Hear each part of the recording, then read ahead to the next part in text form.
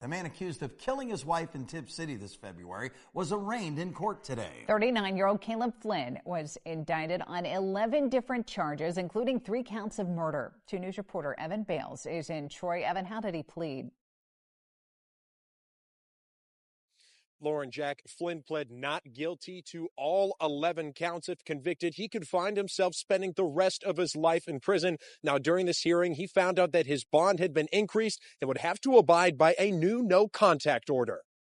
He doesn't deserve to get out. 39-year-old Caleb in-person court appearance Thursday surrounded his wife in the gallery of murdering. Flynn faces charges of aggravated murder on top of the other 3 murder counts, which the prosecutor claims justified an increase of $1.5 million to his bond. The state would ask the court, Your Honor, to set bond in this matter in excess of $3 million. At $3.5 million, a rare high bond, a Tipp City business owner whose daughter knew Ashley from school says it still isn't enough. I just don't think that he deserves to have a bond, really. I mean, that was a horrific thing that happened. Flynn was arrested 3 days after he called police and told them a burglar broke into their home and shot Ashley while she was in bed. Thursday, he was also told he would be barred from any contact with his children during proceedings. No contact. It means in-person, texting, email, through a third party. Any questions about that? No, Your Honor, thank you. I would be devastated if I couldn't see my children. But, at the end of the day, he made his choices. It didn't only hurt, Ashley and her family, but it hurt him because now the girls don't have a mother or a father. Now, both the prosecutor and Flynn's defense attorney both declined to comment after that hearing. Flynn is expected back in court for a pretrial hearing on March 30th. Reporting live in Troy, I'm Evan Bales. You already know what happened on Cunningham Court. You know about the 911 call, the master bedroom, the side door, the refrigerator. What you may not know yet is what happened 30 days later when a Miami County grand jury handed Caleb Flynn 11 counts, including aggravated murder, when he walked into a courtroom in shackles, when a judge set his bond at $3.5 million, and when he teared up, not at the charges, not at the mention of life without parole, but at the moment he learned he could not contact his daughters. This is where the case stands now. If you grew up in Tipp City, Ohio, chances are you knew someone like Ashley Flynn. She was a Tippecanoe high school graduate who never really left. Not because she had nowhere else to go, but because this was home and she chose it deliberately. She was 37 years old, a mother, a coach, a teacher, a person who, by every account, made the room she walked into feel a little more alive. She coached 7th grade girls volleyball at Tippecanoe Middle School. She worked as a substitute teacher for Tipp City schools. She also worked as a teacher for LifeWise Academy, a nonprofit that provides weekly Bible-based lessons to public school children off campus. Faith was not a performance for Ashley. It was the backbone of her life. She believed it, she lived it, and she poured it into the children around her. Her daughters, 2 elementary girls, were the center of her world. People who knew Ashley described her as fiercely devoted to them, the kind of mother who showed up. She had also for years shared her life with Caleb Flynn. Caleb was the worship leader at the couple's church. He had a voice and presence that made him memorable. Memorable enough that he had once appeared on American Idol. He stood at the front of congregations. He led people in praise. To the community, they were a faith family, a musical family, a family with roots in the church and children in the school system, and a home on a quiet residential court. Nobody saw it coming. Maybe no one was supposed to. A quick reset for anyone coming to this update fresh. Ashley Flynn, 37, was found shot twice in the master bedroom of the family's Cunningham Court home in Tipp City on February 16, 2026. Caleb Flynn called 911, reporting a break-in. Investigators concluded the scene had been staged. 3 days later, February 19th, Caleb Flynn was arrested and has remained in Miami County Jail since. That was the last major development until March 18th. Under Ohio law, before a defendant can be tried on felony charges, the state must present its evidence to a grand jury, a panel of citizens who determine whether there is probable cause to formally charge someone with a crime. On March 18, 2026, a Miami County grand jury handed down its indictment in the case of Caleb Flynn. 11 counts. Count 1, aggravated murder. Counts 2, 3, and 4. Murder, 3 separate counts. Counts 5 and 6, felonious assault, 2 counts.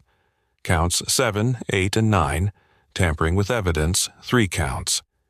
Counts 10 and 11, intimidation of an attorney, victim, or witness in a criminal case.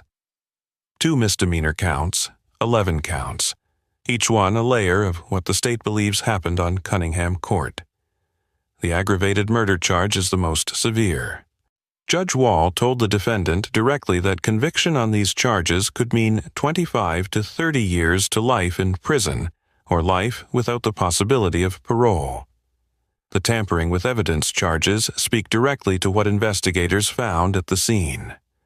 The stage door, the positioned refrigerator, the narrative constructed around a break-in that never happened. And those 2 misdemeanor intimidation counts, the ones that would eventually make a shackled man in a courtroom tear up, those relate to the couple's daughters, the children who were home that night, the children who slept through it.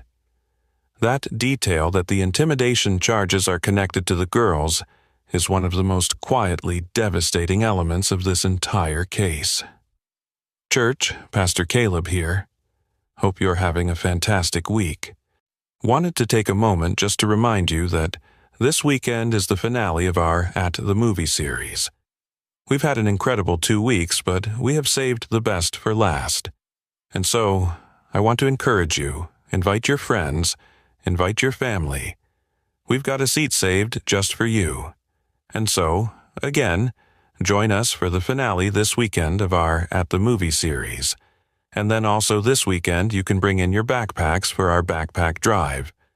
We've got these packing lists that you can pick up at the welcome desk. And so, let's fill that crate full of backpacks with those supplies for some kids and families who may not be able to get those supplies before school starts.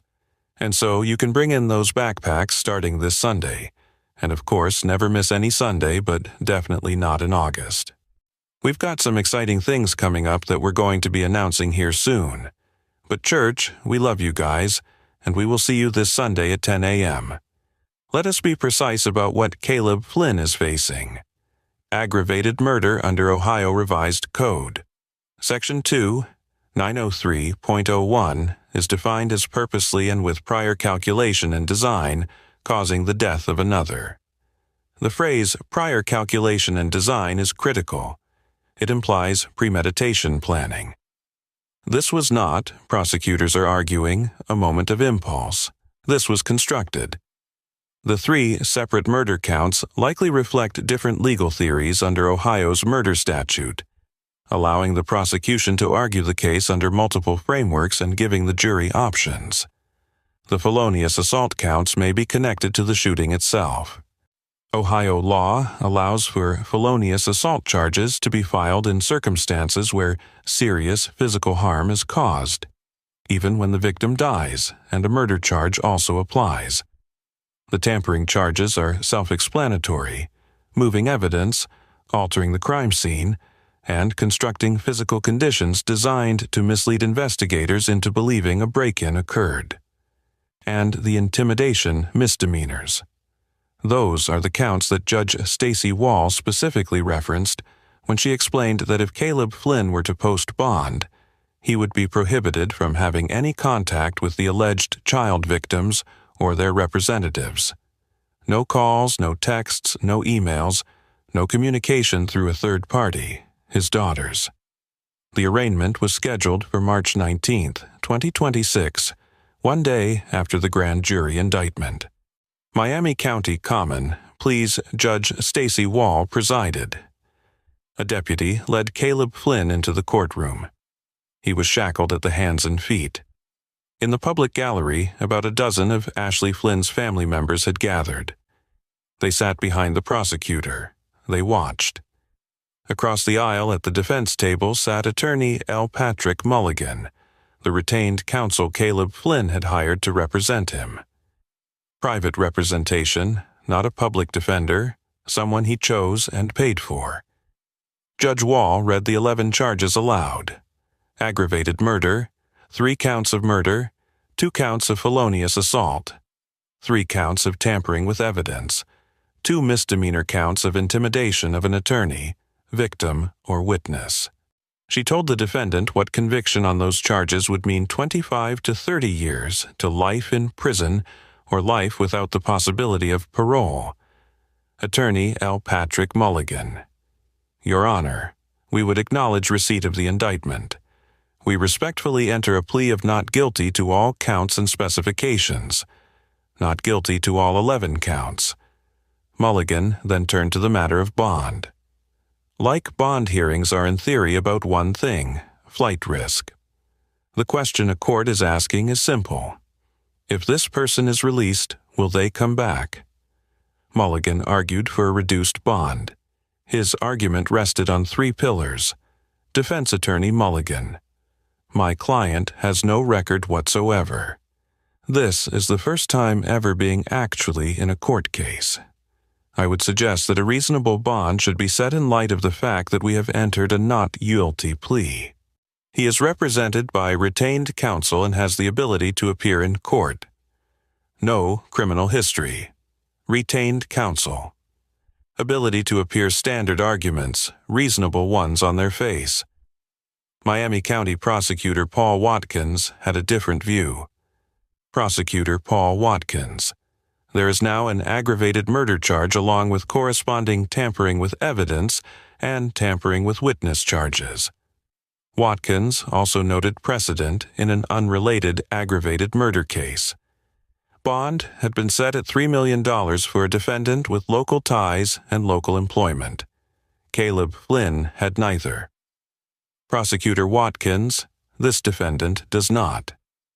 Any of his local ties are through the victim's family, and they're not supportive at this time in terms of any sort of living arrangement.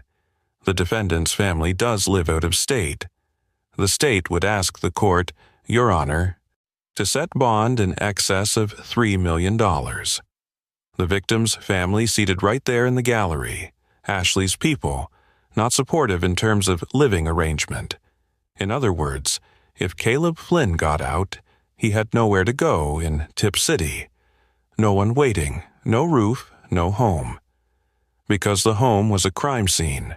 Because his wife was dead. Because the community that had known them both had chosen a side. Judge Stacy Wall addressed the question of bond carefully. Mulligan's point about Caleb Flynn's lack of criminal history was noted, but it was not the only factor. Judge Stacy Wall. The court considers the history of the charges, including that aggravated murder charge. There is no local contact here that can be established. No residence at this time. Given the seriousness, nature of the charges, as well as the victim involved, the nature of the relationship, the court will order a $3.5 million bond blanket on all of that cash bond. $3.5 million cash bond, not a property bond, not a percentage, cash. The bond was set $500,000 higher than what the prosecution had requested.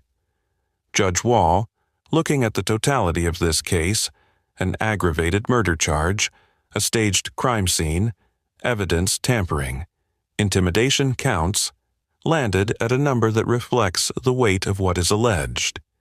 If he somehow posted that bond, $3.5 million in cash, Caleb Flynn would be required to verify a local address, submit to house arrest with electronic monitoring, and comply with strict no-contact conditions. No contact with the alleged child victims of the intimidation charges. No calling, texting, emailing, or communicating through a third party, his daughters. It was at that moment, hearing that condition, that Caleb Flynn teared up in court. Let that land. A man who is accused of shooting his wife twice. A man connected to a crime scene where a refrigerator had been placed in front of a garage door. A man who then called 911 and performed the role of a horrified, grieving spouse. That man cried. Not when the charges were read, not when the judge mentioned life without parole, but when he was told he could not contact his daughters. We cannot know what was in his mind in that moment, only he knows that. But Ashley's family was sitting right there and they watched to charge. Ashley's Tip City Police Chief Gregory Atkins is calling this case complex, but says investigators had enough evidence for a probable cause to charge Ashley's husband with murder. Caleb is officially being charged with 1 count of homicide, 2 counts of felonious assault, and 2 counts of tampering with evidence. Ashley was shot and killed in her home early Monday morning, and her 2 children were in the home but weren't injured. I spoke with Lauren Smith, a psychology adjunct instructor from Cedarville University, about what the Flynn children may be experiencing and how people should support them. When a child loses a parent, especially in such a sudden and violent way, the impact goes beyond just grief. And so oftentimes children are not only mourning the loss of somebody that they love and struggling with that grief, they're also having to make sense of a world that all of a sudden doesn't feel as safe to them as it did before. And they're processing through those feelings of, am I safe, in response to this tragedy. Now, grief is a process, and it looks different for everybody, and everybody experiences it differently. So some things that might impact the way these children experience grief could be right the relationship to the person who is lost. Obviously, this was somebody who was very close to them, and that's going to have a profound impact on them. Other things that could impact the way somebody experiences grief could be their cultural religious practices, their age, and just developmental understanding of what death is, personality factors, any previous experiences that they've had with death, what social support or familial support looks like around them, and then any additional stressors that might be happening in their lives. So some children, as they're processing through grief, we might see them ask a lot of questions and want information. Other children might become quiet or struggle with irritability as they're trying to make sense of this new world that they're in. And then some children might choose to show their grief through changes in behavior or sleep or attention or ability to, perform in school. I think the best approach is to just be present with them. Be in clear's throat the loss with them. Let them know that they're not alone and that their community will rally around them. Do you want to learn how to create Tip City as the kind of small Ohio community where everybody knows everybody something? Your kid's teacher, your neighbor's coach, the man who leads worship at the church down the road, the death of Ashley Flynn, and the arrest of her husband sent a shockwave through that fabric. People who had sat in the same bleachers at volleyball games. People whose children had been in Ashley's classroom. People who had sung along while Caleb Flynn led worship. The community did what communities do when the unthinkable happens. They showed up. A fundraiser was established for the couple's 2 daughters. The girls who slept through the night their mother was killed. Within 24 hours of going live, the campaign had collected more than $80,000. T-shirts began circulating. 3 words printed on them, "Live like Ashley." A portion of those proceeds, along with donations from local businesses and individual donors, flowed into the fundraiser. By the time of the March 19th arraignment, nearly $175,000 had been raised. Approximately $1,400 donors from Tip City, so from across Ohio, from across the country, internationally. Because this case had become more than local news. The story of a worship leader, an American Idol contestant, a man who stood at the front of a church accused of murdering his wife in her bed and staging it as a break-in traveled fast. The combination of elements, the faith community, the children, the staged crime scene, the body cam footage that would eventually be released, the detail about the refrigerator. It was the kind of case that people could not look away from.